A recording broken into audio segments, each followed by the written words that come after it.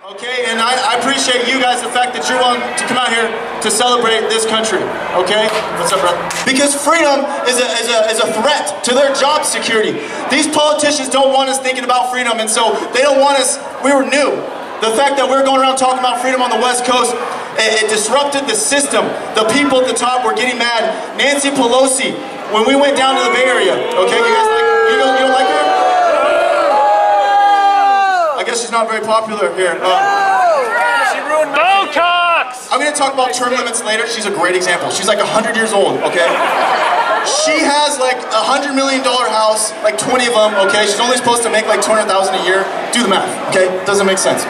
But Nancy Pelosi, for whatever stupid reason, she challenged us. She thought that I was just some kid or we were just some kids, and she challenged us. We're just no-namers, and she said that I was a white supremacist when we're going down there. She said that the fact that we had several organizers, one was black, one was Mexican, Chinese Samoan, I'm Japanese, we had some Indians, and we had so much colors, crazy. And she said that we're white supremacists because she didn't want people to listen to our message. That's the only way she gets elected, is she gets people to not think about freedom, because she doesn't give a damn about freedom. She doesn't even ever talk about freedom, because she doesn't even care about this country. She doesn't care about you guys. All she cares about is her bank account and selling out the American people. Amen to that. And so, it's the corruption, guys. It's the corruption. That's the thing, man. These people at the top, they're getting way too comfortable. Way too comfortable. They think that they can control us and tell us what to do. And I am sick of it. And we're not going to do it anymore. I'll talk about that a little bit later. But here's the thing. So she said that we're white supremacists, and we challenged that. We went all over the media. It helped that, you know, we had a black organizer and a Samoan organizer and me and stuff.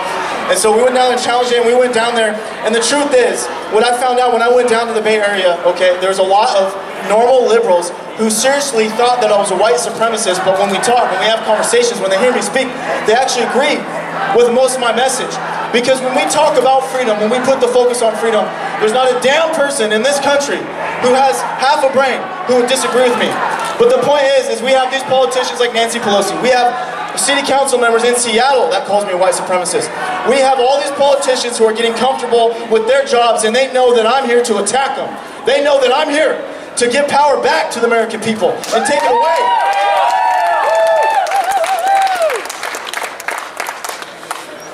This is the one thing that I get, there's a criticism that I get all the time, okay? They say that I provoke. And you know what, it's kind of true, because I go, if you tell me I can't go somewhere, I'm gonna go there. I'm gonna go there every time. You tell me I can't come out here and speak in an open public park, I'm gonna come here no matter what. This is the thing that we got to understand, okay? We got to understand this. Martin Luther King was an expert at this. That's exactly what he did. He went, when the racist white people said, you can't go to that diner, he went straight to that diner. Every single time. Every single time. They went, certain parks, certain places, they said that they can't go. That's where they went. And they would take the beatings, they would take the hate, they would get it on film, and they would show it for the rest of the world. The rest of the world to see. And that's what we've been doing in the last year. And that's what, here's the thing that I noticed about the college Republicans, okay? Is that you guys deal with a lot of hate. You guys deal with a lot of it. I've seen the film. I've seen them tear down your signs. I've seen the harassment, the doxing, all that stuff, the threatening, all that stuff. But yet you guys are still strong enough, still courageous enough to stand up for what you believe in and to declare yourself as a Republican at the University of Washington.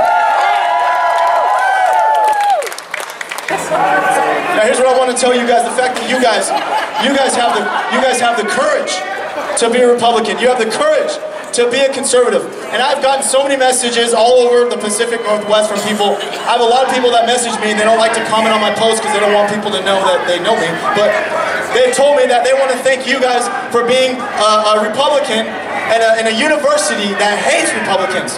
They want to thank you guys for being conservative in a campus that is filled with wannabe communists, that is filled with professors, that is constantly trying to preach communism and Marxist ideology, but yet deny it at the same time. We want to thank you guys because you guys are young, 18 to 20 to 19, 20, 21. You guys are so young, but yet you're strong enough, and you've seen through all the lies. You've seen through all the deception.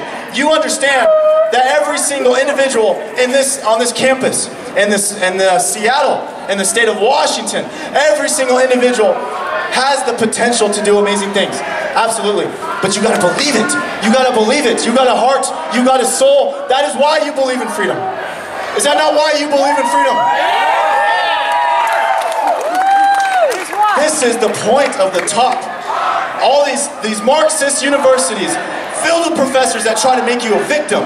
They try to make you a victim. Either you're a victim or everyone else around you is a victim because of the color of their skin, their gender, their sexuality, or something that you just cannot control. And when you're a victim, okay, that's when you don't care about victim because you just want equality for everybody. Everyone to be exactly the same. Everyone to look the same. Everyone to wear the same damn clothes. Make the exact same amount of money. And that's the thing. We got to break through those lies. When you guys are talking to people on your campus, okay, and you're talking to far left liberals, all right, I've been pretty nice to liberals in the last year. The things that I've said, I've refused to make fun of them, okay? My patience is running thin, okay? I'm running thin. I am tired, and I'm sick of it. I preached love and peace for the last year, but they consistently assault me, consistently yell at me, consistently slander my name. It doesn't matter to them. They don't care that I'm not racist. They're still going to say that I'm racist because I'm preaching freedom. And you guys need to understand, all the hate that you get, all the hate, all of it, is because you're doing something right. You're doing something right. You better believe that. If the world hates you, it's because you're doing something right for the man above, okay? You gotta understand what they did to Jesus, one of the most amazing men in the world. Even if you don't believe he is God, this innocent man was completely crucified and spit upon, okay? He was completely treated like trash, probably one of the men who was filled with so much love. And so I'm here to encourage you guys to stay strong. Stay strong. Don't you ever quit. Don't you ever stop. Because that's the only power that those people have over you. That's the only power that the people at the top have over you. The media, the lies, all that stuff. All they're trying to do is to get you to quit. To say this is enough. I'm done. I'm sick of people harassing me. I'm sick of people calling me names. I'm sick of social media. I'm going to quit. I'm just going to go back to my normal life. And that's when they win. That's when they win. You have to understand, okay? Here's what I'm going to say. You got to understand. Every single time you come out to something like this, believe this. Think about how many people want to come out here today but are afraid, right? Am I right? Yes? Okay. There's so many people who want to come out here today, they message me, they're scared, they're afraid, okay? But you guys are willing to come out here, okay? So the fact that every single time you guys come out to something like this, or go do a march, or you guys do something as Republicans in public that you're afraid to do, that's a win for you and a loss for them. You have to understand that. That's all they know. That's all they know. They just want to oppress you guys. Intellectually oppress you guys. That's all they know. They can't even have an intellectual conversation. I don't know if you guys have ever talked to protesters before. They scream fascist, fascist, fascist. You say, what is a fascist? And they're silent. They're silent. It is amazing. It is almost like scientists need to study it. Like they say fascist all the time. Seriously guys, like, do it. Like, if someone calls you fascist, you hear the word fascist, ask them what it is, okay? Sorry. I've been called a fascist thousands of times in the last year, thousands of times, and I think it's a disgrace. It's an absolute disgrace. Because when I stand for freedom, and I stand for God, that is exact opposite as freedom. When we preach freedom, and we preach love, that is true anti-fascism. We are the people who are against the tyrants. We are the people who are against fascism, and they are begging for fascists and tyrants to take over this country because they want a huge government. They want a large government. All these professors in here are doing everything they can to preach social justice in the excuse of getting a large government. I'm almost done here, so here's the thing I want to talk about. I have a huge announcement February 25th down in Vancouver. Evening launch, huge announcement, guys. It's a big deal, all right? You guys are going to think I'm crazy, but here's the thing that I want to talk about, okay? We have to give faith. You guys are here on ground zero. You guys are behind enemy lines. We got to give faith to the rest of the state. Because I am done. I am sick and tired of Seattle telling the rest of us in this state, telling us how to live our lives. Not going to happen. I am done. Seattle can't even run their own city. The homelessness is out of control. The drug problems are out of control. They are chasing the job creators out of the city as if they're enemies of the state. They have no idea what they're doing. They have elected a communist on city council. They have elected a pedophile as a mayor, and there wasn't one protest. Not one protest for a pedophile as a mayor.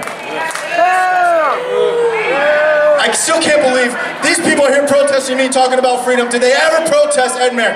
Did they ever protest this pedophile? But here's the thing.